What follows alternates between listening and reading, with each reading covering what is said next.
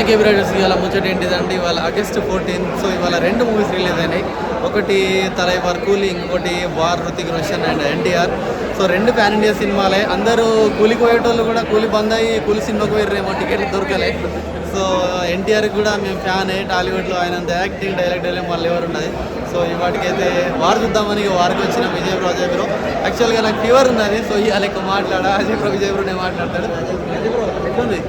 ఎన్టీఆర్ కూడా బాలీవుడ్లో ట్రై చేస్తాను. మరి హృతిక్ రోషన్ ఇటు మా సాంబార్ ఎన్టీఆర్ దాన్ని ఎట్లుందో ఇంటర్వ్యూలో చెప్తాను. ఇప్పుడైతే ఈ గేమ్ మీటింగ్లో Vijay bro expectations next level ఉంటుంది.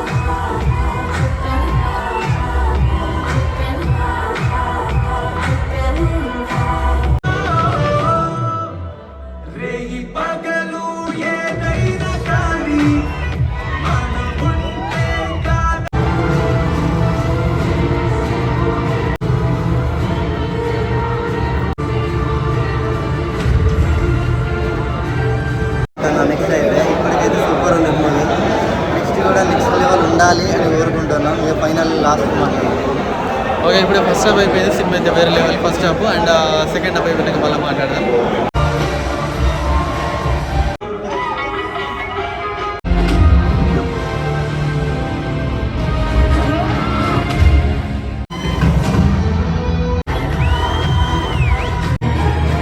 ఓకే కేబీ రైడర్స్, ఇప్పుడే మూవీ అయితే అయిపోయింది. సో మూవీ అయితే నాకు మస్తు నచ్చింది. యాక్షన్ ఎవరు ఇష్టపడతారో వాళ్ళకైతే మస్తు నచ్చుతుంది.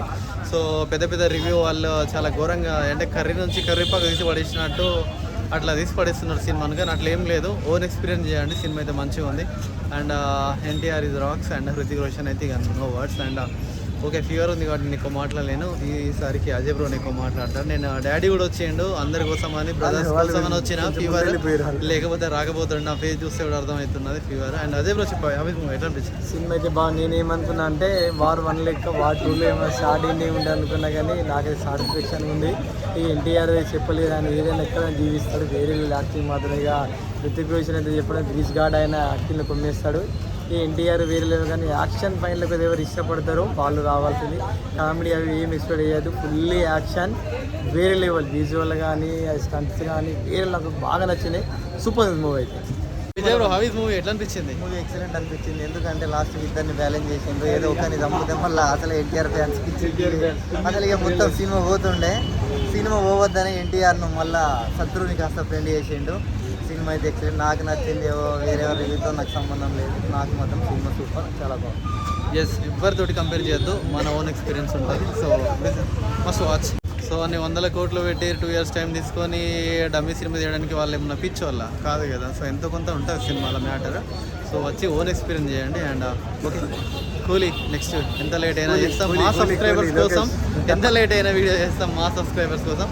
ఓకే మళ్ళీ కలుద్దాం రైడర్స్, బాయ్.